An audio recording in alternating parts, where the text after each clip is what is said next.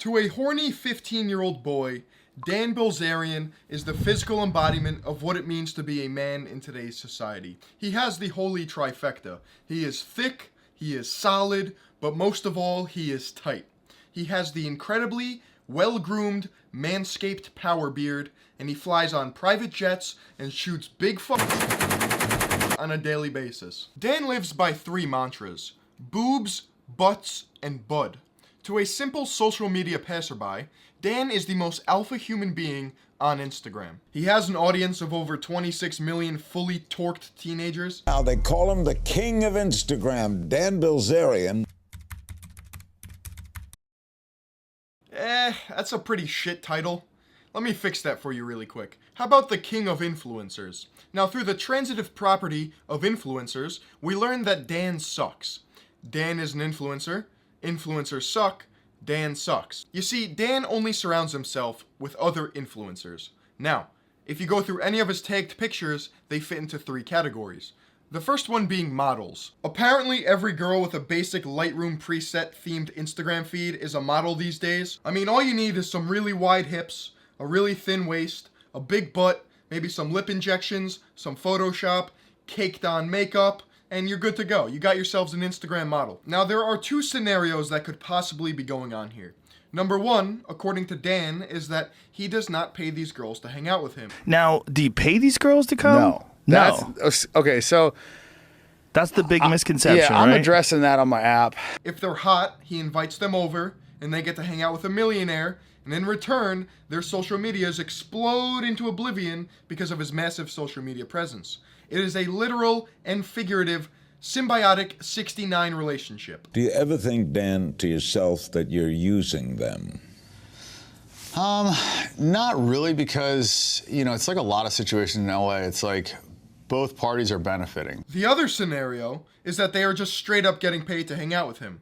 And that answers a lot of questions, like why are you hanging out with Dan Bilzerian? Oh, he's paying you. With these women, the recurring themes are planes and Janes, buns and guns, boats and, throws. Boats and throws. Gotta love reducing women down to mere objects for social media clout, but we'll get back to that later. Philion's a faggot defending women. He's a white knight.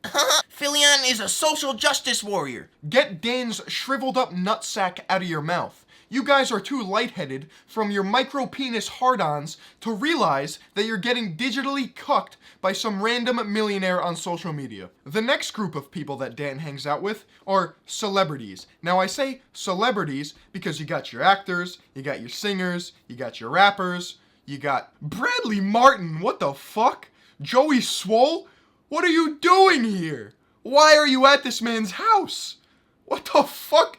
Do you have a verification badge? Do you have a following? I want you at my party, goddammit.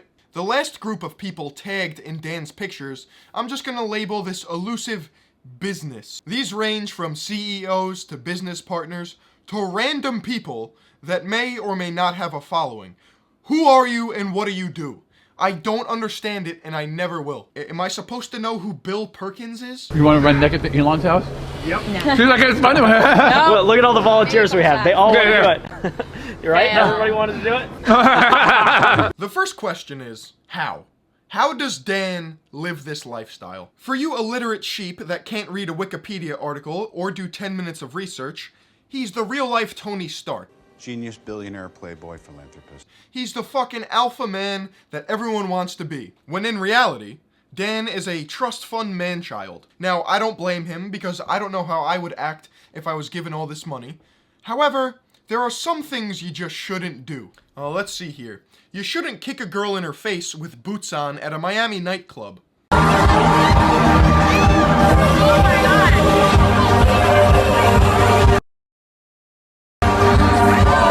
I really don't think you should throw a girl off a roof by her vagina, even if she asks you to do it, and she breaks her ankle because she hesitated midair because, I don't know, she was flying through space and time.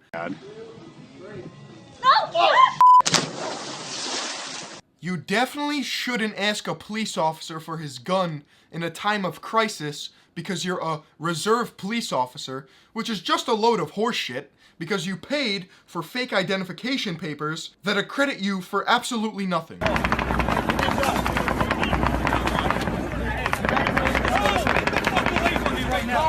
don't care. I don't know who you are.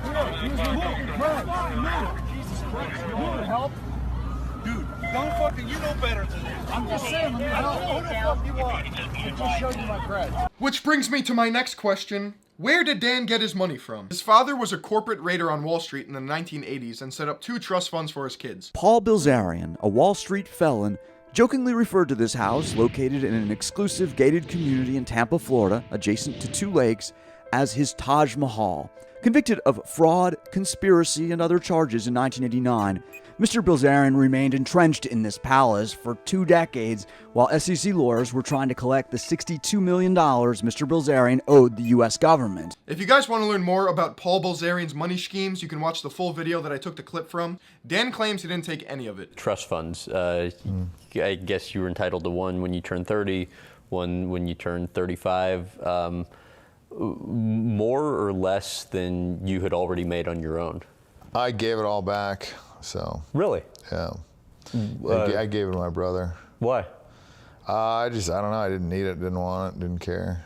According to Dan himself, he is a world-class poker player. In fact, he claims to have won over $50 million in 1 year of playing poker. I've never played poker in my life, but you take one look at the comments and people are roasting him for not knowing how to play poker. So I'm gonna go out on a lim and say that there's not a snowball's chance in hell that Dan has won $50 million in 1 year of playing poker. I never gave a if how people thought that I got my money. I still don't. I don't give a if they think I got it all from a trust. I don't care. Not at all. Remember when I said that Dan objectifies women for social media clout? Femme magazine wrote, he said, he objectifies women on a mainstream platform, normalizing women as background rather than as actual human beings. In other words, you make women, according to them, props. Yeah, I mean, I guess I said the same thing about Hugh Hefner, right? I don't know. I just take pictures and the women are there, so it's all up to interpretation. Yeah. Well, is Photoshop up to interpretation? Because you and Cardi B posted the same picture, except there are some glaring differences. Cardi B has deleted her side of the picture, but don't worry, I saved it. I have a bunch of women hanging around. That you Photoshop to fit your brand image, to drive engagement, and increase the amount of money that you make off of social media. So this is Dan's picture that is still up on his Instagram, and it is photoshopped. At the time of the screen recording, Cardi B had the exact same picture on her Instagram. My guess is that Dan's social media team probably reached out to her because her picture is not photoshopped and people caught on.